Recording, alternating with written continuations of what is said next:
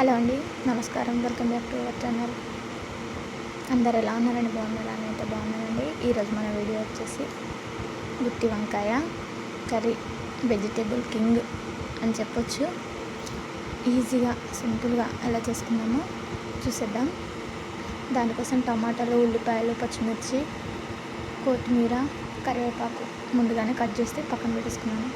తర్వాత ఒక చిన్న గిన్నెలోకి వంకాయలు అండ్ వాటర్ పోసుకొని తీసుకున్నాను. తర్వాత దాంట్లో కొద్దిగా ఉప్పు వేసుకొని తర్వాత ఈ వంకాయలు 4 భాగాలుగా కట్ చేసుకోవాలి.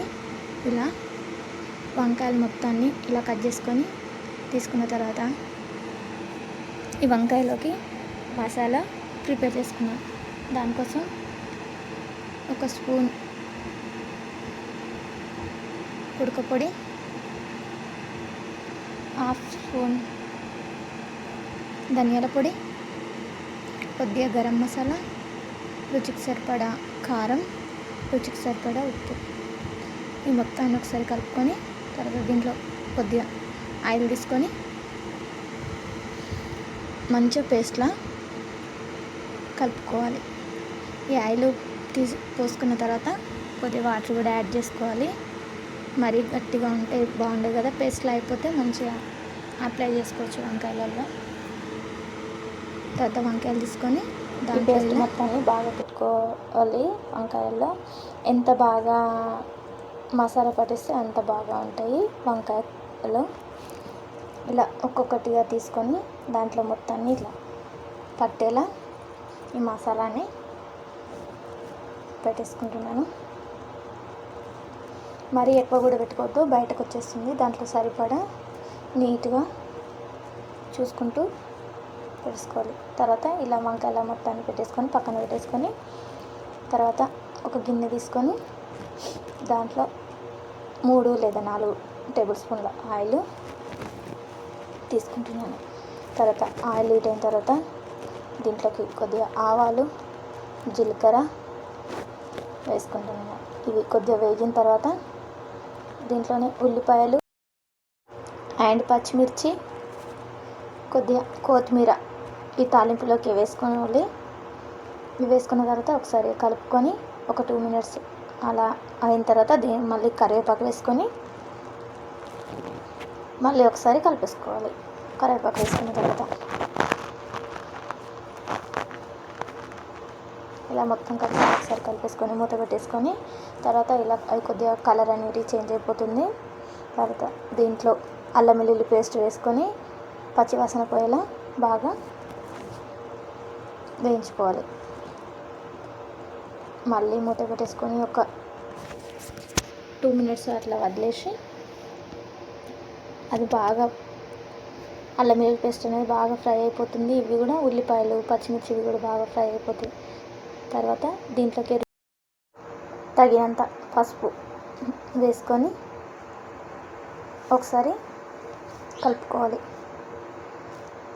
ఇలా పసుపు వేసుకొని కలుపుకున్న తర్వాత పక్కన మసాలా పట్టి పెట్టుకున్న వంకాయల్ని దీంట్లోకి వేసుకుంటున్నాను. ఇలా వంకాయలు వేసుకొని మొత్తం అడుగు నుండి బాగా కలుపుకోవాలి.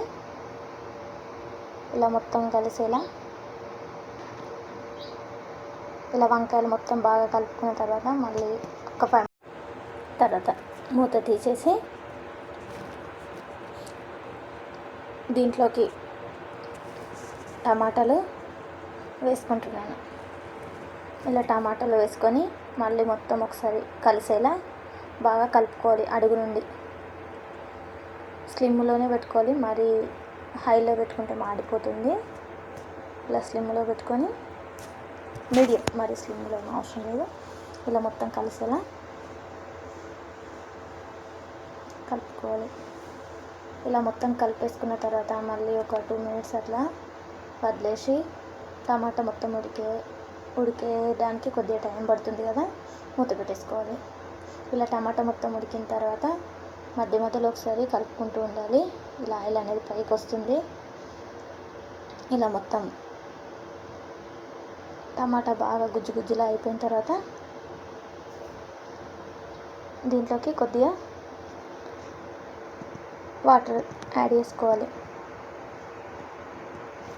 కొద్దిగా వాటర్ పోసేసుకొని మళ్ళీ ఒకసారి మొత్తం కలిసేలా కలిపేసుకొని మూత పెట్టేసుకోవాలి. తర్వాత మధ్య మధ్యలో చెక్ చేసుకుంటూ ఉండాలి. ఇలా ఒకసారి మళ్ళీ అడుగు నుండి ఒకసారిగా కలుపుకొని మళ్ళీ ఒక 5 మినిట్స్, ఒక 10 మినిట్స్ అట్లా మూత పెట్టి వదిలేస్తే బాగా ఉడికిపోతుంది. వంకాయ అనేది ఆయిల్ సపరేట్ అవుతుంది. వంకాయ ఎంత బాగా ఉడికిందో చూడండి. ఇలా ఉడికిన తర్వాత ఒకసారి అడుగు నుంచి మొత్తం కలిపేసుకొని పైనుండి కొత్తిమీర వేసుకుంటే సూపర్ వంకాయ కర్రీ రెడీ. ఈ గుత్తి వంకాయ కర్రీ అంటే చాలామంది ఇష్టపడతారు. ఈజీగా సింపుల్గా చేసుకోవచ్చు. ఇది వంకాయ కర్రీ అంటేనే నోరు ఊరిపోతుంది కదా. ఒకసారి ఇలా ట్రై చేయండి. మీరు ఎప్పుడన్నా ట్రై చేశారా? వీడియో నచ్చితే లైక్ చేయండి, కామెంట్ చేయండి.